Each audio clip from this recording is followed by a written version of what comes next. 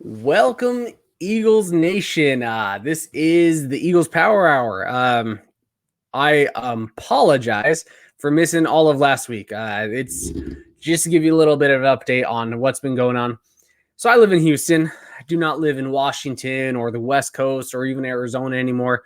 I live in Houston, Texas, for you guys that don't know. We had a hurricane that kind of popped through the area last week. It wasn't bad. My house was not affected at all. But I work in the hurricane industry, right? Work in a very sexy job where I sell hurricane windows to people, right? So at the end of the day, when hurricanes come through the area, there's definitely some areas of Texas that got hit worse than others. So my job becomes an extremely busy job. I go to a lot of houses that had, actual trees and windows and stuff like that. So it seems like ever since that hurricane that happened on, I think it was last Monday, Tuesday, I have been working from about 7 a.m. to 9 p.m. Every single day, besides Sunday. Even Saturday, I'm working a lot.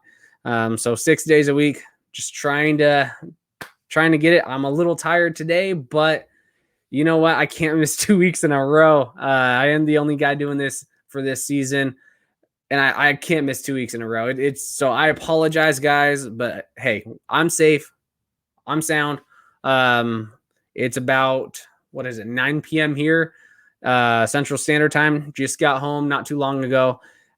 Worked kind of another 14-hour day, but we're going to plug away and we're going to talk about some Eastern Washington football, right? We have a lot of things to go over from what's been happening the last few weeks.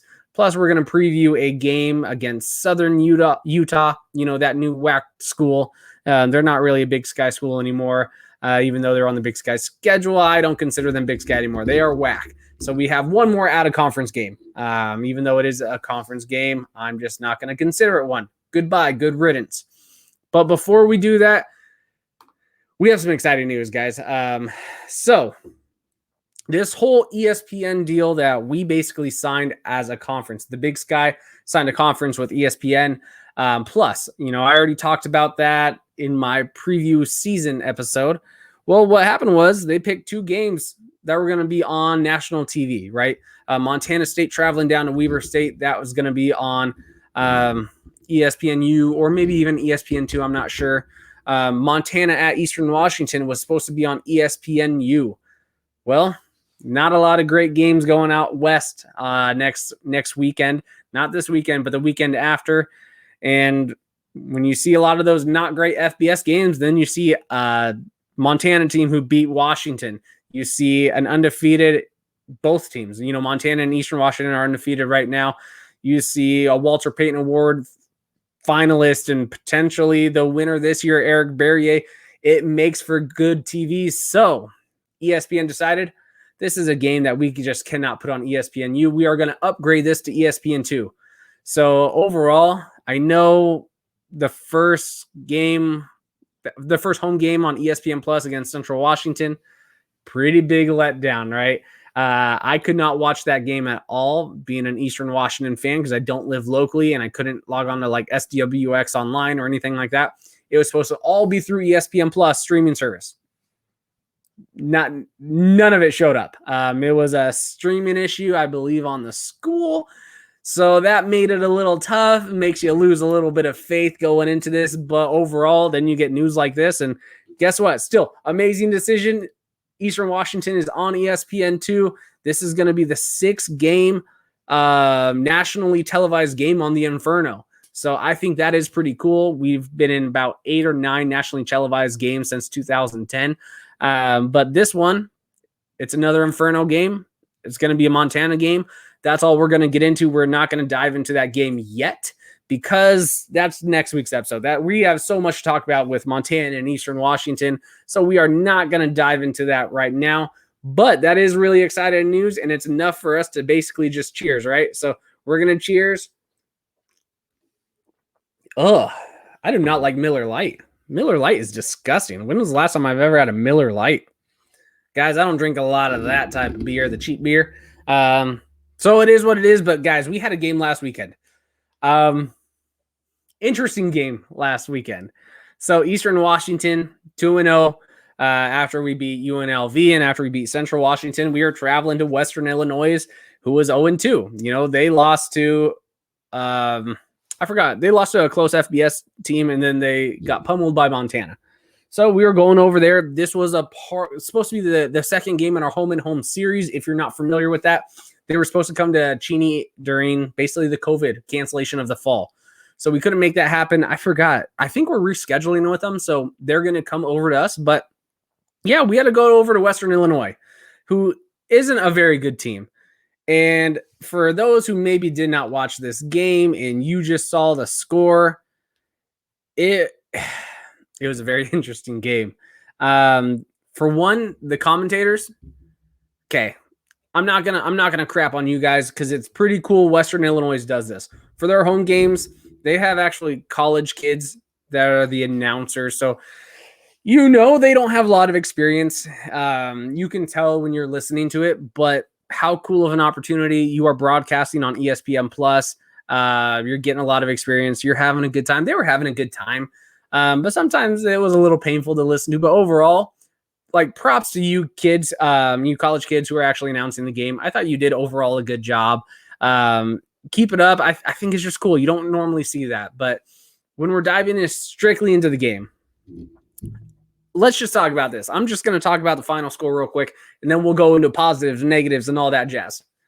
Who would have thought you're going to get a 62 score from Eastern Washington? I mean, that seems like a lot of points after Montana. I think it was like 45-10 or something like that they just played Western Illinois. So 62 seemed a little bit absurd. We were like, we're probably not going to score 62. I think my prediction was probably about a 42-27. I think that's what I predicted, something around there. I didn't think we were going to have the same type of game as a Montana just because we haven't played the best on the road. And it's a different environment. It's a bring your own energy environment. But the offense brought all the energy. I mean, we scored 62 points, and a bulk of that was in the first half. We scored, 55 points in the first half. Then when we just kind of coasted offensively throughout the second half.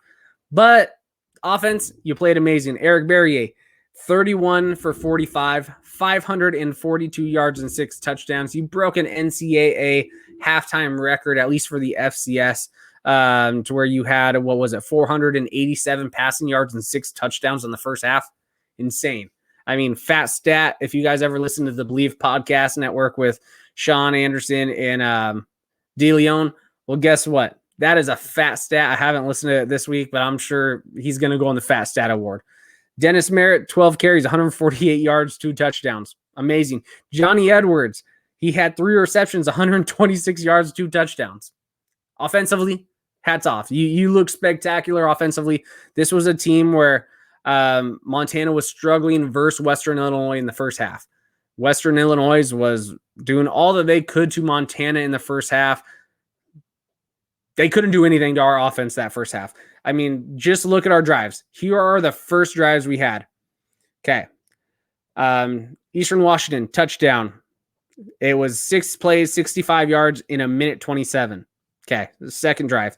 Eastern Washington, touchdown. Justice Jackson, 5-yard touchdown run, but 8 plays, 75 yards, 2 minutes, 23 seconds. That's a slow drive for this game for Eastern Washington. Okay. Third drive. Dennis Merritt, 33-yard pass touchdown from Eric Berrier, 6 plays, 75 yards, 2 minutes, 18 seconds. The fourth drive. Johnny Edwards, 76 yards from Eric Berrier, 2 plays, 75 yards, 37 seconds. Okay. Here's the next drive. Limu Jones, 51-yard pass from Eric Berrier, 3 plays, 88 yards, 52 seconds. Next drive. Freddie Roberson, 34 yards pass from Eric Berrier, 6 plays, 67 yards, under 2 minutes. Dennis Merritt, 22-yard run in, 3 plays, 65 yards, under a minute. Then, the last drive of the second half or the first half, 4 plays, 79 yards, 38 seconds. We were scoring whenever we wanted, however we wanted. There was nothing that Western Illinois could do to our offense that first half. We went, what was that? 7 for 7, No, 8 for 8. Yeah, 8. We went 8 for 8 with touchdowns, and the average drive was about a minute and maybe 20 seconds. I mean, that's insane. I mean, my math was off there. I didn't even try and do math right there. I'm just kind of guessing after reading some of those. But here's the negative side of the ball. Western Illinois is not that strong of an offense, right? Montana State held them pretty low. We let them score 56 points, guys. I mean, it is what it is. I'm going to break down what my thought process was on why they were able to score this much, but overall, horrible defensive output. When you're letting a team like Western Illinois, who their offense isn't as bad as some people are thinking, they were very competitive with Ball State. That's who it was. They were competitive with Ball State. They were putting up some actual points. Montana definitely outdid them. They completely shut them down. But Western Illinois isn't a horrible offensive team. They're not this good, though. They are not 56 points good offensively. Like I said, I thought we were going to win 42 to 27, something around there. Or maybe it was 24. I forgot what my pregame prediction was. I have it written down somewhere. But that's about what I thought would happen. I thought they'd score about 27 points. This is double that. This was not supposed to happen. So how we started off the game. This, if you were watching the game or, going there, Western Illinois, it seems like it is a bring your own energy game. Our defense was lethargic. They were slow. They had zero energy to start the game. Even though we scored right away and then they scored right away, I sent a text to a group message like, this game's already boring. Like, I don't see any type of energy. I don't see any type of pride defensively or anything like that. And of course, this game was anything but boring when you watch it. I mean, 62 to 56. That is not a boring game. That is a what the hell game. That's an exciting game. That's a shootout. I mean, Eastern Washington fans, if you've been following this team all last decade or, the last 11 years or whatnot, even before that, this is nothing new. We have been in these types of shootouts with bad teams, with good teams. This happens. But how we got in this shootout with this team, that's what's kind of a little bit of a head scratcher. So they score on their first 3 drives. Fairly easy too. It took them a little bit longer to score. I mean, one was a minute 25. The other one was 3.5 minutes. The other one was about 3 minutes. So, compared to our drives, it was definitely taking them a little longer, but at the end of the first quarter, it was 28-21. We just didn't look good.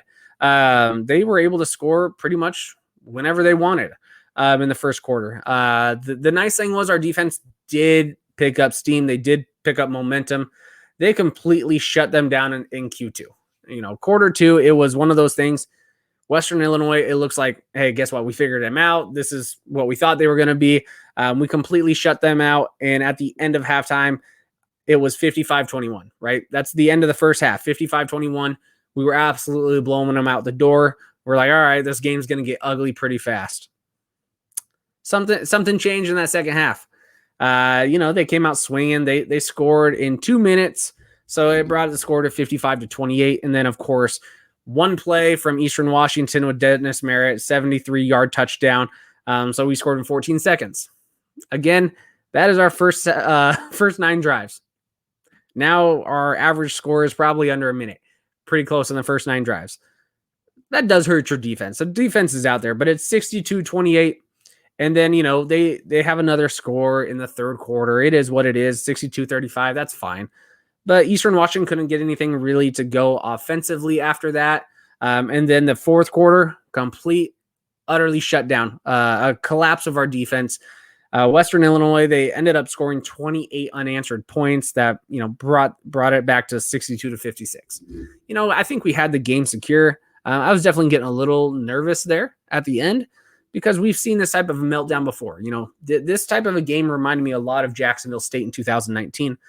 For one, the weather was about the same. So it was, about a 90-degree day, tons of humidity. And that was in both games, Jacksonville State in this one. We come out guns blazing. We come out hot. We punch them in the throat. It looks like they have not seen a team like us before. And then the second half, complete collapse. We really start to cramp. Eric Berrier had to be pulled out for a few drives because he was cramping. He had to get some IVs. You can see a couple other people falling down with cramps. The wide receivers, they stopped catching balls, like easy drops that they weren't making the full first half. And then, of course, our lines started just to break down defensively. I mean, they were having a hard time doing anything. It was a pretty pathetic defensive basically outing. I mean, I don't think we can hide that or lie about that. It's not a good defensive showing to give Western Illinois 56 points. But I don't think most Eastern fans are nervous, or I don't even know if most Eastern fans are nervous. The FCS Nation is more just saying, hey, Eastern Washington Paperweight Tiger, they look to be real bad. They can't win these types of games defensively, so every team is going to be able to do what they want. I don't think that's really going to be the case. I don't think we're an elite defense by any means. I don't think we're a good defense right now. We need to kind of prove it a little bit. I think we showed a lot of promise in the first 2 weeks. This week completely eliminated that promise that we saw in the first 2 weeks. So that is a little bit of a tough pill to swallow. But at the end of the day, here's a couple of the reasons why I think we really started to collapse. One, we need to stop scheduling these early August, September games in anything that is 80+% humidity and 90 degrees. We've completely collapsed the last few times we've been in those types of games. We didn't do well against Texas Tech. We didn't do well against Jacksonville State. We didn't do well against Western Illinois. The only times that we're doing not that bad when we're traveling on the road to some of these very humid environments is when they're in a dome. We put up a lot of points against North Dakota State in a dome. When we were traveling there early September, August type of time period, we put up points against Northern Iowa, who was really tough to put up points against, and we were able to, play well. It wasn't one of those things where we were collapsing, we weren't cramping, we weren't doing any of that. I don't know what the deal is. Whenever we go to some of these locations, that fourth quarter, we are so exhausted. I don't know if this is a conditioning issue. I don't know if it's one of those things where after the North Dakota State game in the spring playoffs, we were like, oh, we need to hit the physicality gym. We need to go to the gym. We need to get more physical. We need to pack on muscle and, get stronger because they were pushing us around. It wasn't because we were out conditioned NDSU has a great conditioning program, but it wasn't because we were getting tired or anything like that. They were just beating us. This was different.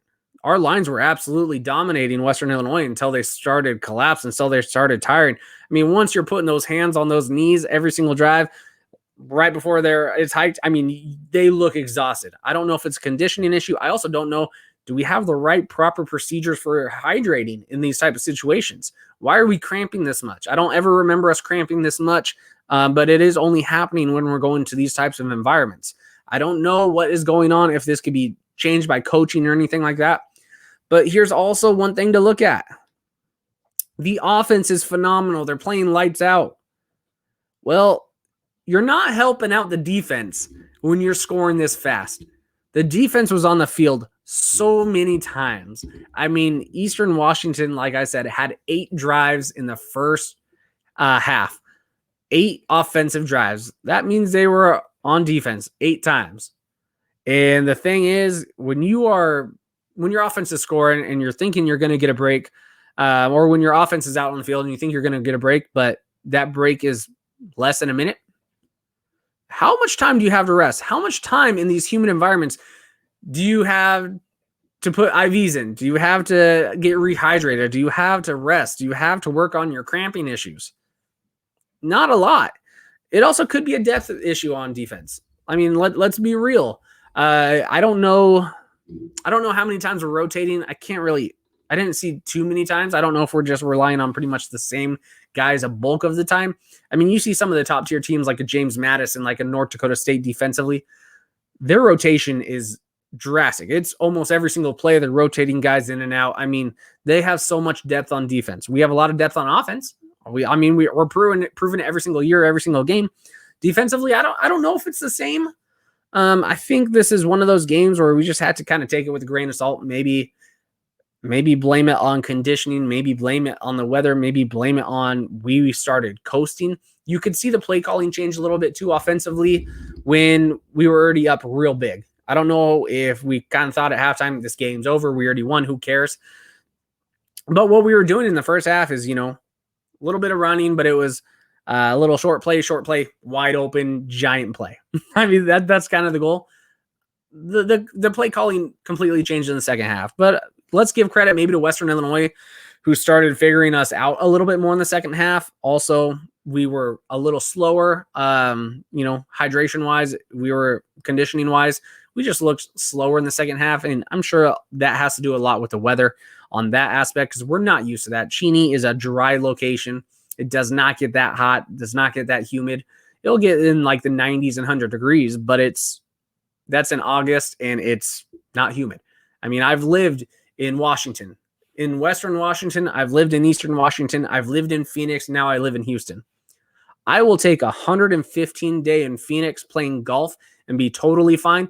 If I'm out in this Houston weather mowing my lawn in 90-degree weather for 5 minutes, I hate life. It is tough to breathe. You can feel it. It is just a different altogether feeling. I'm sure it's like what the Southern teams feel when they go up north during the playoffs.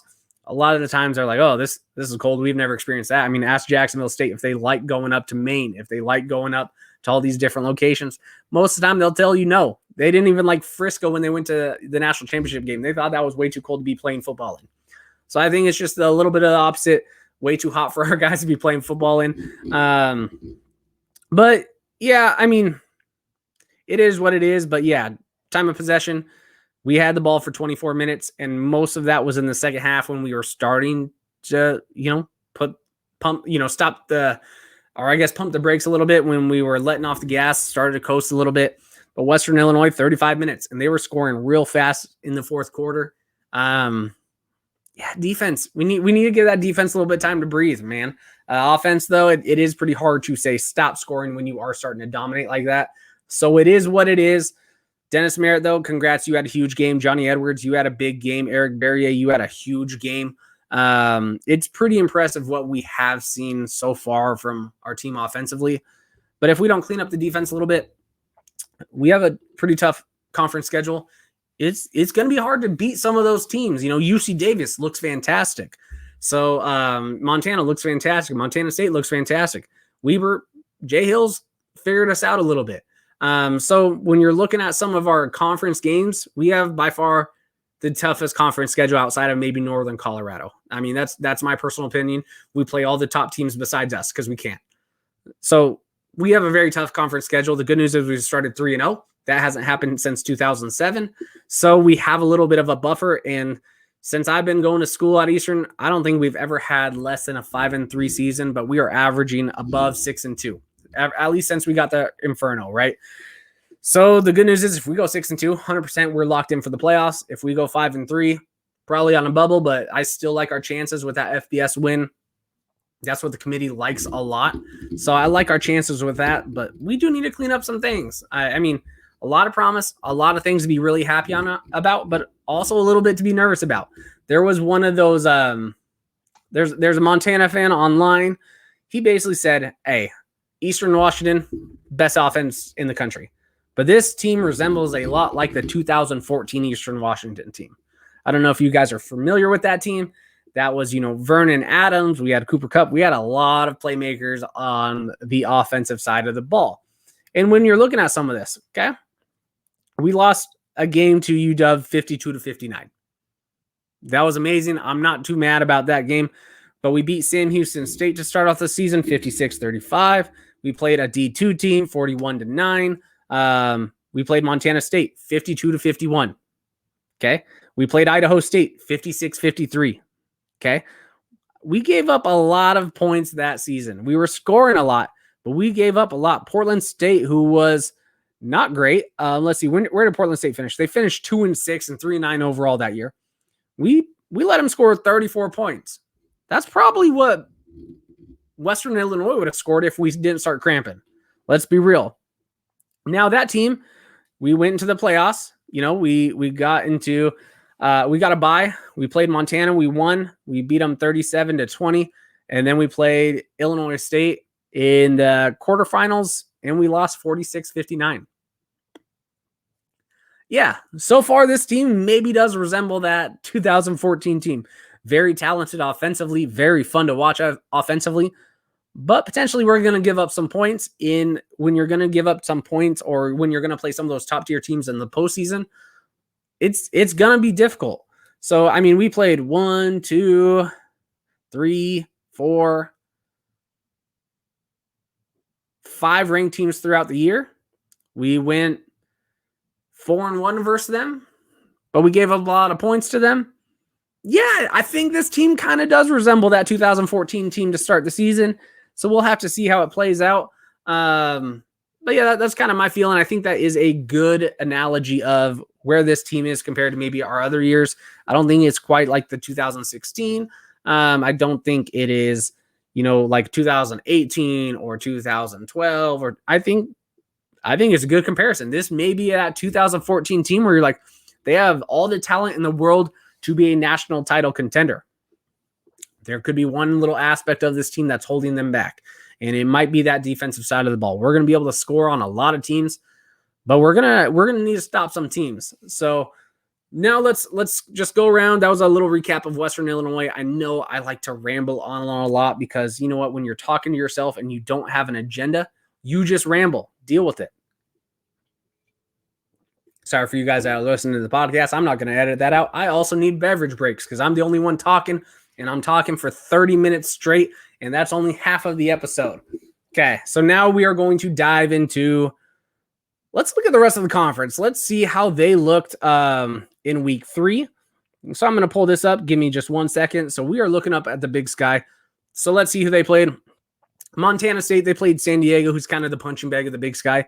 They did what they were supposed to. Montana State looks extremely good. They won 52-10. Idaho played Oregon State. Oregon State was supposed to win that game. Idaho, I thought, would be able to put up a couple points on the board, but Oregon State shut them out 42-0. It is what it is. It's a P5 team. Sacramento State played Cal. Sac State did not look that bad against Cal. Cal won 42-30. That's a solid loss to a P5 program. Northern Colorado was playing Lamar. Lamar visited Northern Colorado. Now, I was kind of high on Northern Colorado the last few weeks. They completely shut out Houston Baptist. They looked pretty good against Colorado for what they were expected to do. So I was like, oh, man, this could be one of those games where Northern Colorado wins by 17. It doesn't happen that often. The spread was pretty impressive. I mean, all the bettors in Vegas said Northern Colorado was supposed to dominate this game. Lamar came in there, overtime, won 17-10. Maybe Northern Colorado is not as improved as we all thought. Maybe they are still the worst team in the Big Sky. We'll have to wait and see. Already covered Eastern Washington. Western Oregon versus Portland State. Western Oregon is a type of team that's going to get beat by Central Washington by like 55-10. That's the type of program this is. Western Oregon was very competitive with Portland State. So Portland State won 21-7, but it was a very competitive game. The WAC school, Southern Utah, that we are going to play, and we're going to preview a little bit. They played Tarleton State. That's the new FCS team coming from the Fort Worth area. Southern Utah won 40-35 on the road. Props to them. South Dakota absolutely dominated Cal Poly. Bo Baldwin, I'm sorry you're not having a good first year and a half coming into this program. I know you don't have your players yet. As Eastern fans, we are going to root for you, Cal Poly. I hope you figure it out. I think it's going to take a couple years. You're not looking too hot. James Madison, that was the game of the week. They came out. They played Weber State. You know what? Props to Weber State. I mean, the game wasn't as close as the score showed. It was 37-24, but Weber State, you're on your third string quarterback. I think you did fine.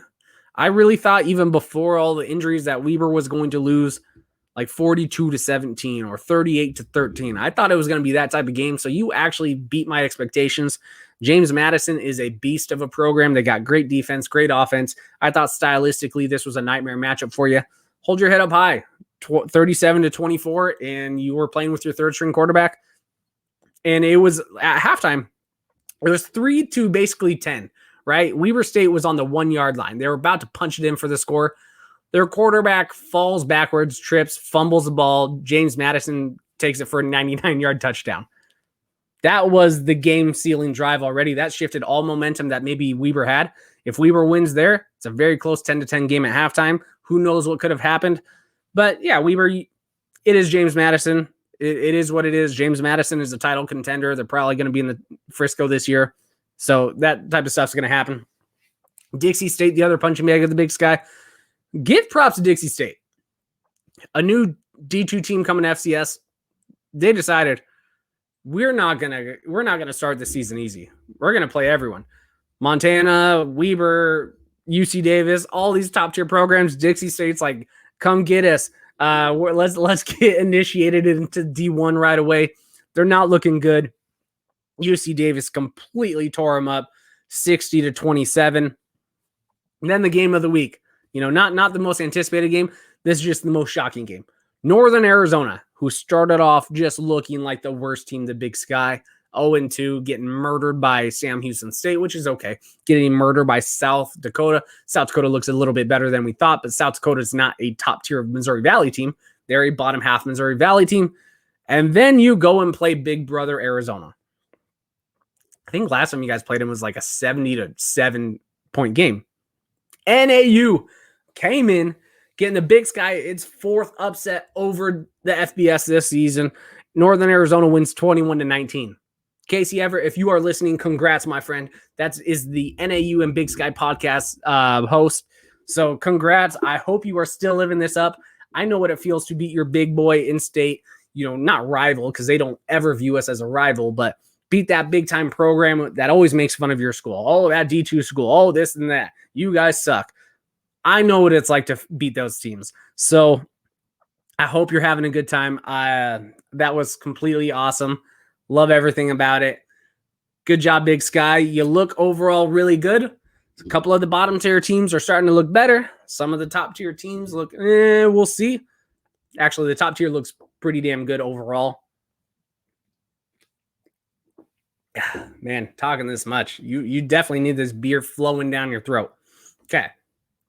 We are going to preview Southern Utah, though. And then we're going to talk a little bit about some of the stats. Actually, we're not going to preview Southern Utah right now. Let's go over this. A couple of things to be proud of about Eastern Washington. Then we're going to go over the stats. Eastern Washington, in their first 3 games, the number 2 overall offense. 235 plays. We've already had 1,870 yards. We're averaging 8 yards a play, 20 offensive touchdowns, 623.3 yards a game. Insane. Now let's look at some of these individual accolades already. Okay. I don't think it's going to surprise anyone when you're looking up this. Eric Berrier, number 2 in total yards, number 2 in total touchdowns. Ren Heffley from Presbyterian is the number 1 in each, but he's also played, I don't even think they're Division II schools. And the only Division I team he's played is a bad Division I team, and they just lost 72-0. So you know what? Ren Heffley, you have 0 touchdowns. You don't look good against D1. So Eric Berrier, you are right now the number 1 quarterback in the FCS like we all thought. You have 1,180 passing yards within 3 games. You have 12 passing TDs and another rushing with your only 2 interceptions. That is a hell of a performance right now. Your passing efficiency is right now number 4 in the nation at a 186.71. That is insane. And 2 of the people that are above you, they've only played 2 games. And one of them is against D2, so we'll have to see. But, you have Cole Johnson from James Madison, very efficient right now. 11 touchdowns, 0 interceptions. He does not throw the ball as much as you, but he's looking phenomenal.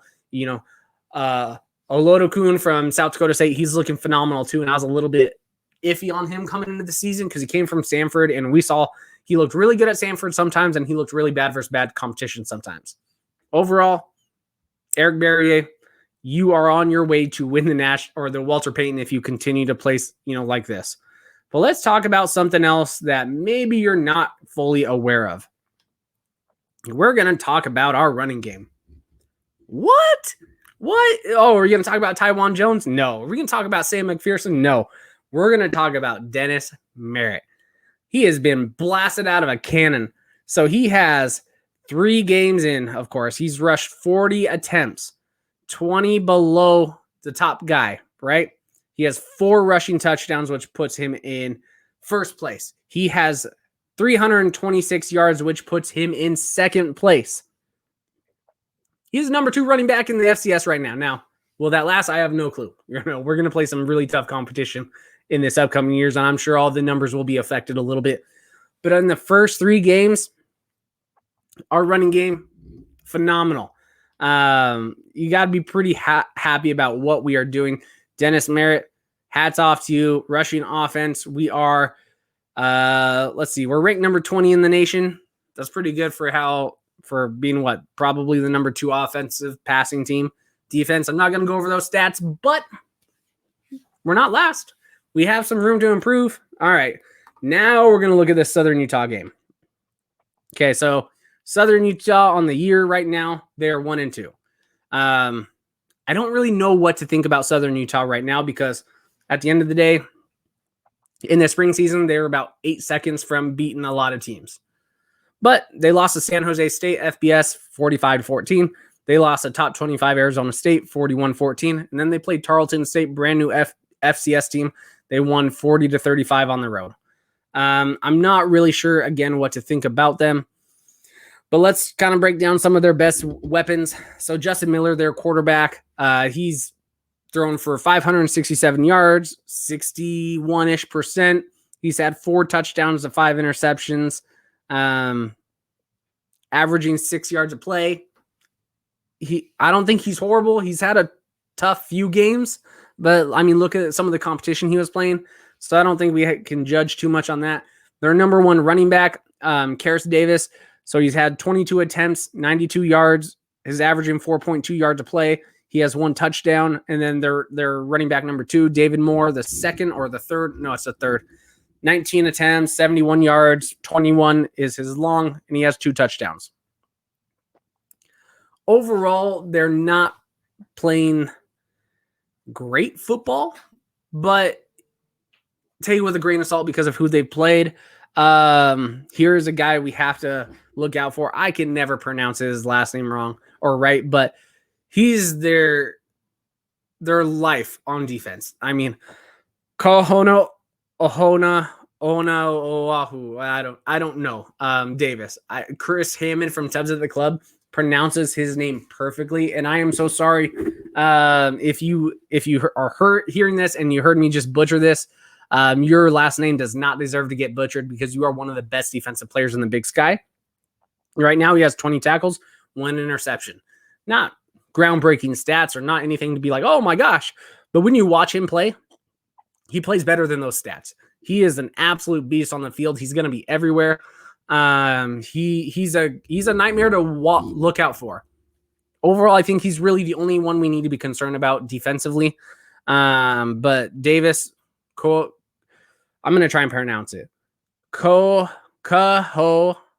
Ohano Davis. Okay. Kaho Ohano Davis. I think that was pretty good. Yeah, he's a man. He's a bear. He's a beast. He's definitely a guy we are going to have to look at when we play them. It is in Cedar City, so this is going to be our third road game of the season already in 4 weeks. But I'm not too worried.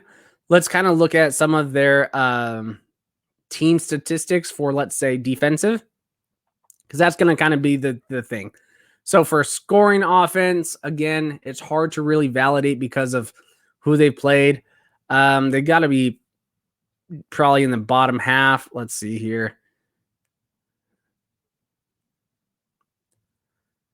Yeah, they're going to be in the bottom half because they played 2 beastly teams. But let's look at their actual defensive stats, because this is where it's going to be a little bit interesting to see how they match up defensively against us. So scoring defense, they are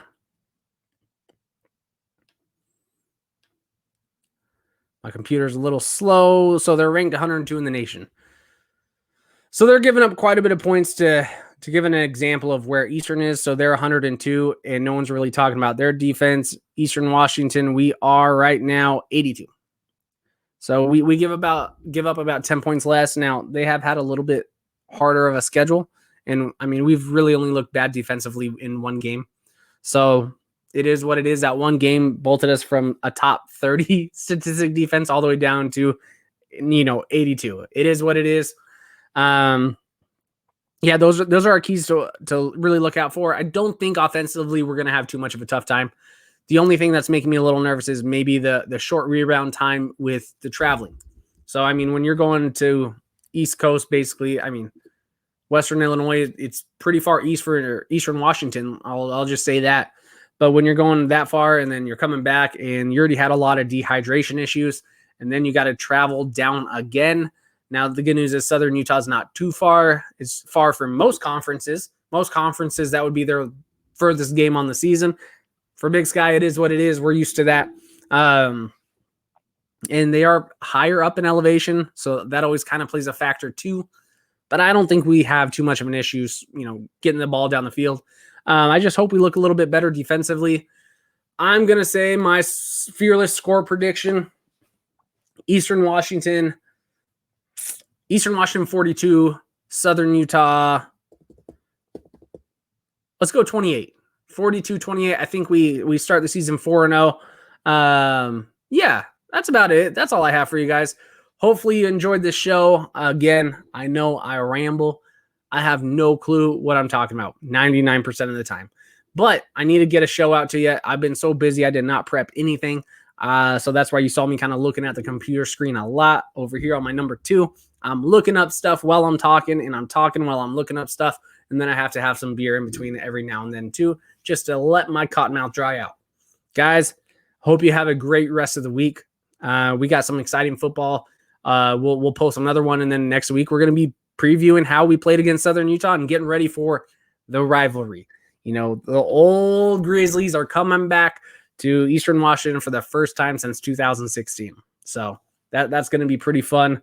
So I hope you guys have a great rest of the day. Please like, subscribe, rate, do whatever you do. You can find us on the FCS Fans Nation YouTube network. Plus, you can find us wherever you listen to podcasts. Again, goodbye. Go Eags.